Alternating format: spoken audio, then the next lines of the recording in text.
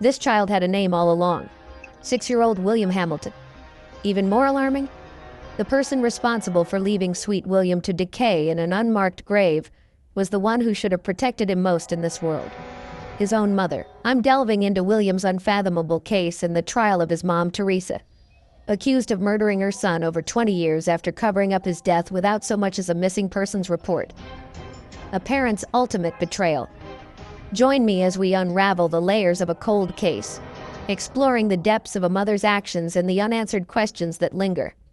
In February 1999, a cemetery worker was getting ready for a funeral when he stumbled upon the remains of a young boy in the nearby woods. The remains displayed significant decomposition, indicating that the child had been in that location for several months. The skull exhibited fractures, and analysis of the leg tissue revealed the presence of acetaminophen and diphenhydramine, commonly recognized as Tylenol and Benadryl. For over 2 decades, the skeleton was housed at the DeKalb County Medical Examiner's office, as investigators diligently sought to uncover the child's identity and determine the circumstances of his death. No one recognized him or even reported a missing child fitting his description. So investigators hit a dead end attempting to ID this little boy. They ruled out foul play, figuring his death was likely from the elements after being abandoned.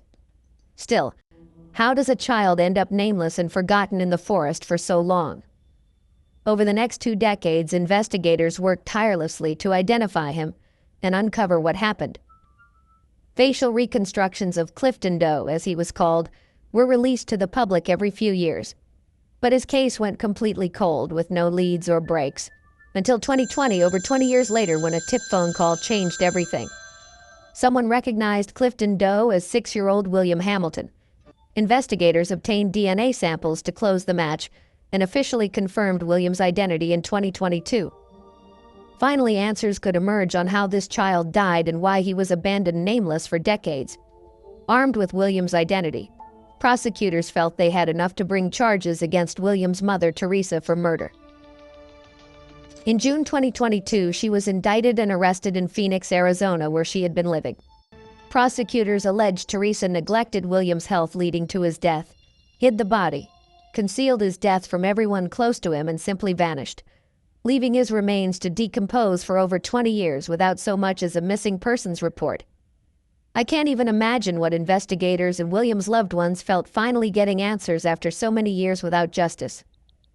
The trial of Teresa Black for William's death and disappearance was truly gripping.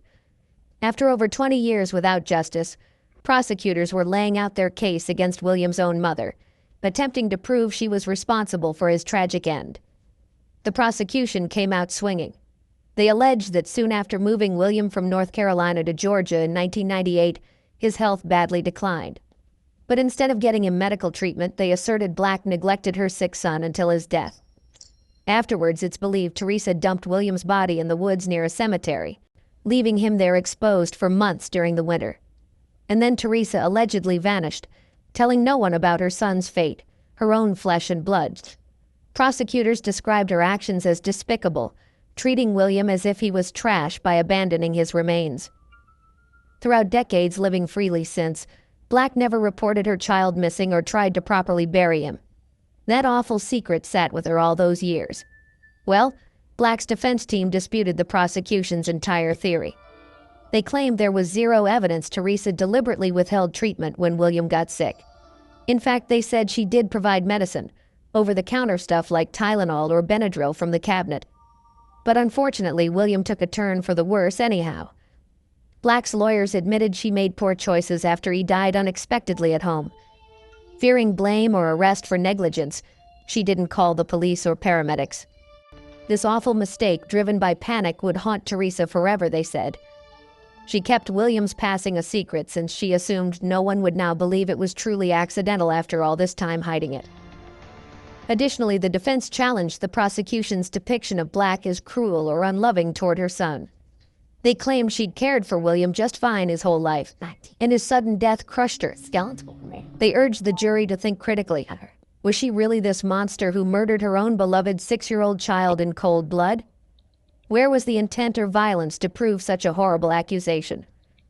In the end, the jury decided the evidence of outright murder wasn't strong enough for conviction. But they did find Teresa guilty of concealing William's death, a felony charge for covering up what happened and ditching his remains. I'm sure they focused mainly on those shocking months and years that followed Black secretly disposing William's body, instead of properly reporting his passing or laying him properly to rest. No matter her reasons after the fact, her choices prevented William from having any dignity or justice for over 2 decades. At sentencing, the prosecutors pushed hard for prison time, considering the severity of concealing a child's entire death for 23 years. In the end, Teresa Black was sentenced to 10 years behind bars. While not the full murder charges they'd sought, I'm glad there was finally accountability for Teresa's despicable actions. Her own son was left nameless in an unmarked grave for over 2 decades. After over 20 years getting to this point, lead prosecutor Sherry Boston didn't mince words. Sherry thank you so much for being here. I am Sherry Boston, and it is my honor and privilege to serve as the district attorney for DeKalb County. She was disappointed, and she expected many folks would share her frustration. Despite Teresa only getting convicted for concealing William's death, Sherry stated she still believes Black was absolutely responsible for what happened to her son. She called out how Teresa walked away back in 1999 and left him discarded in the woods.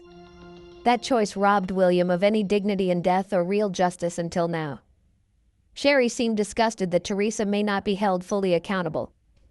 Nearly 25 years ago, the body of a little boy was discovered in a wooded area off Clifton Springs Road and Clifton Church Road. An autopsy determined that his remains had been left there, exposed to the elements for 3 to 6 months. Because of that, investigators could not easily determine who he was, nor how he ended up there in February of 1999. Despite combing every inch of the area for clues and sharing details with the public about the plaid shirt, red jeans, and brown Timberland boots that the boy had on, no one came forward to identify him. He became known as Clifton Joe, a reference to the area where he was abandoned, and that name stuck for more than 2 decades. But investigators, family, and friends never gave up. While investigators were trying to identify Clifton Doe, family members and others close to William kept looking for him. It wasn't until 2020 that the searches for Clifton Doe and William Deshaun Hamilton would converge. A former neighbor and family friend recognized the unidentified boy as William. With such a cold case, there just wasn't as much tangible evidence left to paint the whole picture.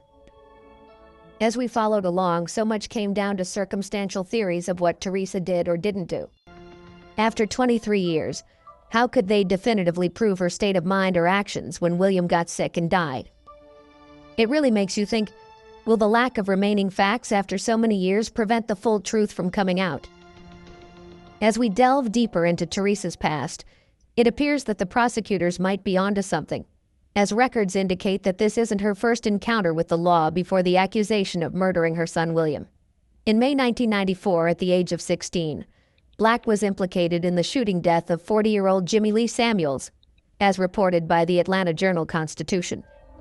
At the time, Black resided in a boarding house in southwest Charlotte with Samuels and his then 23-year-old girlfriend, Tomekia Wooten.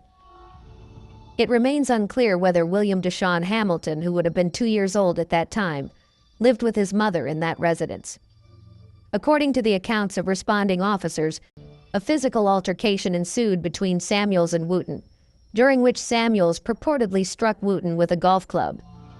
Black and Wooten attempted to leave the boarding house, but Samuels pursued them, sparking another confrontation between the adult couple. As reported by the Charlotte Observer, the teenage Black fired a warning shot and then shot Samuels in the back. Samuels succumbed to his injuries at a nearby hospital. Initially facing a murder charge, Black ultimately pleaded guilty to reduced charges of voluntary manslaughter in September 1994, leading to her release from prison at the age of 18, just 1 year later, according to the Journal-Constitution.